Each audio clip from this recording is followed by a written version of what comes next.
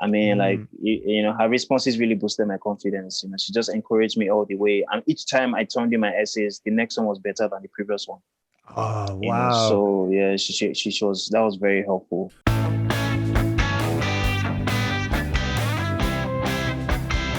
You are now listening to the IELTS podcast. Learn from tutors and ex-examiners who are masters of IELTS preparation. Your host, Ben Worthington.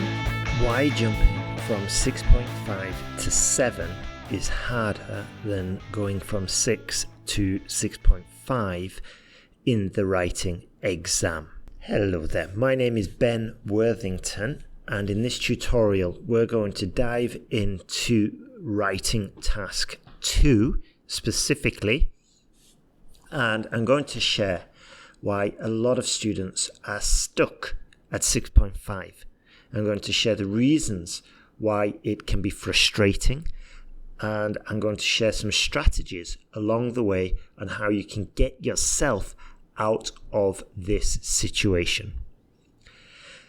So first of all, you may have taken the exam, and you may have, I've heard this so many times, students pretty decent in the writing, they need a 7, they're good with their English skills, maybe they went to, did Erasmus, an exchange program in England or in Ireland, or maybe they've just had a very strong English education throughout their life and they can communicate clearly and they can write clearly, but they take the exam and they get a 6.5 with zero preparation. And they think, I did okay. A 6.5. I didn't even study that much. If I study, I'm sure to get a 7 the next time I take an exam. I go back, take exam number 2, number 3, exam number 4, and they're like, what is going on? I am stuck at 6.5. All my other areas, reading, listening, speaking, they're all at 7s, 8s. Writing, I'm stuck at 6.5. What is going on? Again, another scenario.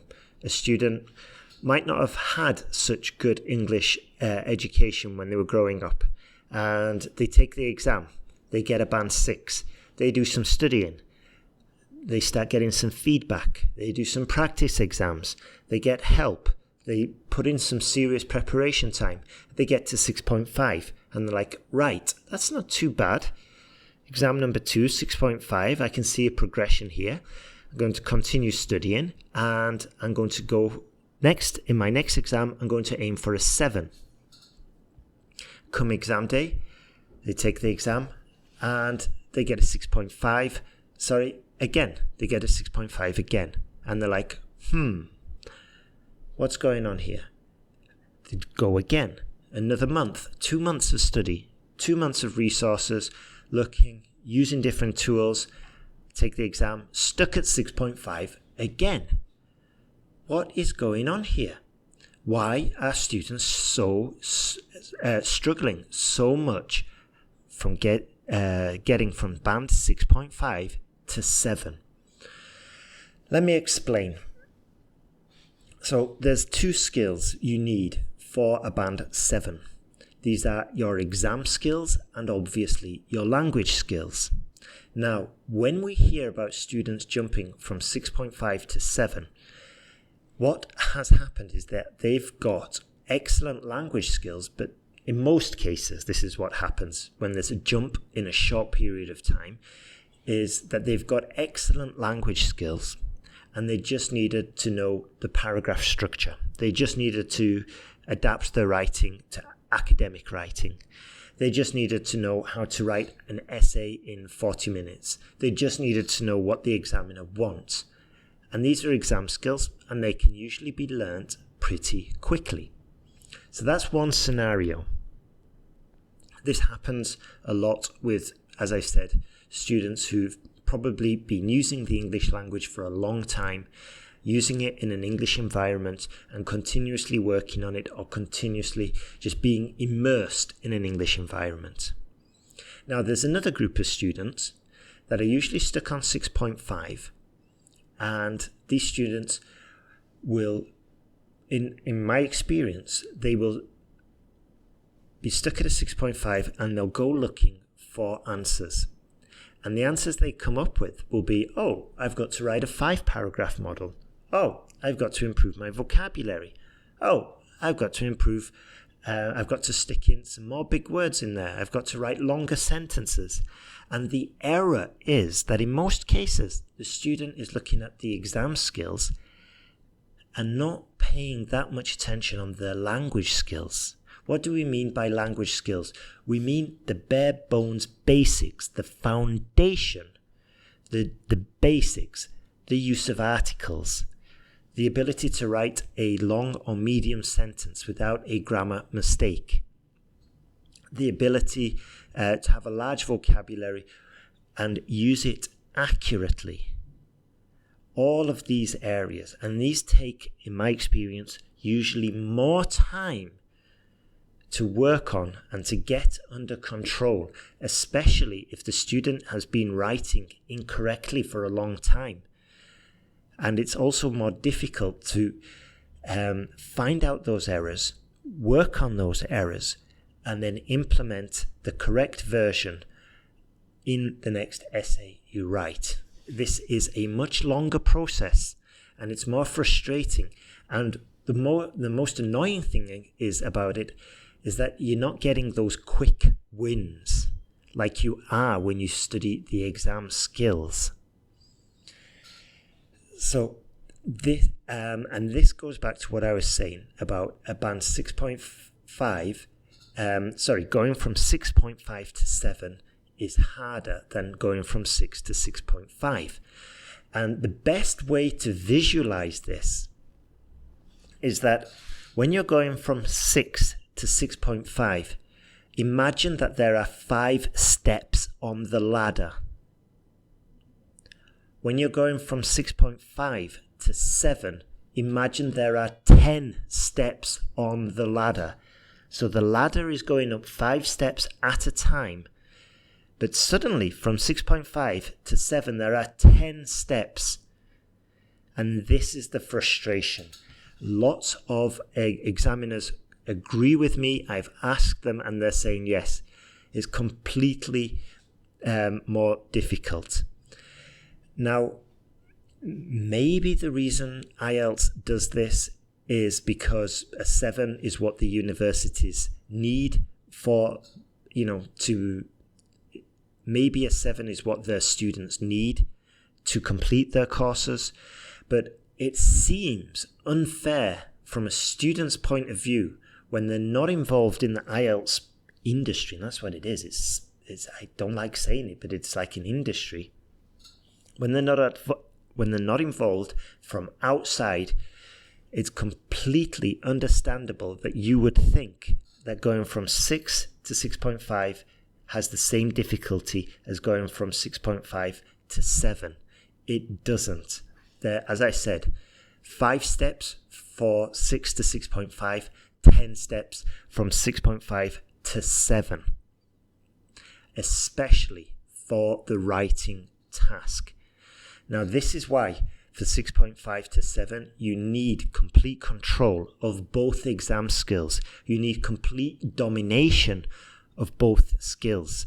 You need your exam skills and your language skills.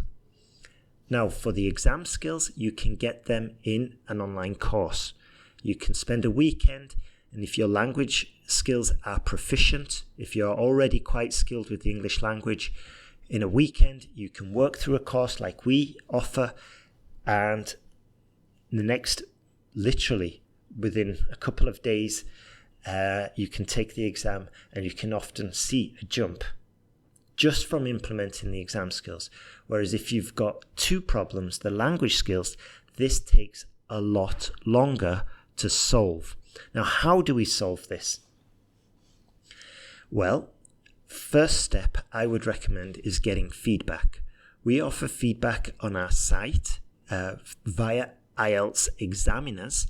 They will look at your work and they will give you a video recording of them going through your work and say, okay, this is not the right term, VJ, or Maria, this is an excellent sentence, but you need to improve your topic-specific vocabulary. And they talk you through your essay. And the beauty of this is that you can hear the examiner. And if your sentence is a difficult sentence to read, then more than likely it's probably got some grammar errors, and you can start addressing that. This costs around $19 per essay. When you sign up at IELTS Podcast, you can get it for about $9 just as a trial. When you buy our courses, you can buy them with essay corrections. And I think we've got an offer at now where you can get the writing course for $200. It comes with feedback included, so you get all the modules with the exam skills. Also, we look at the language skills. You get to implement what you learn on the tutorials. You put it into an essay, and then you get feedback on whether you're using the material correctly, whether you're using what you've learned correctly. So this is an extremely fast way to improve. An even faster way to improve is to, again, go to IELTSpodcast.com, and you'll see there our AI essay checking tool. Using this tool, you can get instant feedback. Now, obviously, at the moment, it's not as good as getting a human essay checker, but it's free. You cannot argue with free. However, I would recommend upgrading to the premium one because we test more data points. We query the data that you're sending. You get more detailed feedback. Instead of an instant feedback, it takes about 20 seconds. We're reviewing your essay. We're getting better suggestions for you to replace the vocabulary, replace the sentence structure. And this enables you to improve faster. Now, the other benefit of this is that you can submit essay after essay after essay. You can just get your same essay, get feedback, modify it, work on just your introduction, resubmit it, and you can submit as many essays as you want once you're a premium subscriber. This is invaluable for you. This is gold for a student if they're studying at home. You spend a whole weekend, just essay after essay, you take notes. And the other thing that you will find when you are using our AI essay checker, that when you upgrade, it's kind of counterintuitive, but when you upgrade, because we're measuring more detailed, in a more detailed fashion, we're measuring more data points, you might see your band score slip. So before you were using the free checker, you were getting 6.5, possibly even a 7. When you upgrade, you're back down to 6.5. And you're like, wow, okay. Why does it drop you? Because we've got more information, we can give you a more accurate score. Now, when you upgrade to the essay checker, the premium version, you'll also get the chance to use our C2 course. C2 basically means band 9, and there you get to use templates, and you get access to not only these essay templates with perfect sentence structure, you get access to all the tutorials in the other courses as well that walk you through the whole essay planning procedure. We also help you with your language skills, and it's just a very effective, powerful way to prepare for the exam. So if you are stuck at 6.5 and you are frustrated, then you probably want to come to IELTSpodcast.com. Maybe you want to work on your IELTS score with an ex-IELTS examiner, grading your essay, helping you, guiding you. Maybe you want to use the AI essay checker. There's 2 types of tools there, depending on your situation. I must admit, though, when you've got the examiner looking at your essay, you do get that motivation boost because they will be also pointing out, what you're doing right. And that's an incredibly valuable and motivating point. They'll be like, oh, that's lovely vocabulary. That's a lovely phrase. And we all know we never forget a compliment. And that's just a way to accelerate your learning. So have a look at IELTS Podcast. We're here to help. We help hundreds of students every single month. We help them get the scores. We've got one of the most popular websites online for students to pass the exam. We're offering tools, we've got services, and this is what you need nowadays to get ahead and to improve your score. So that's it. Have a beautiful day. Keep moving forward. Remember, get a preparation plan in there. You're a self-study student, more than likely. It's up to you to get organized, pick out the right tools, pick out the right courses, pick out the right tutors. It's all on you. It's a lot of responsibility. So keep moving. Keep your head high. Keep your head up. Keep motivated. You will get there. And just remember, keep an eye on the end goal. Getting to England, to Australia, getting permanent residency, getting into the master's program, getting to Canada, getting settled status, whatever it is, just keep moving and you will get there in the end. Thanks for listening. My name is Ben from IELTSpodcast.com. Have a beautiful day. You've got this. All the best.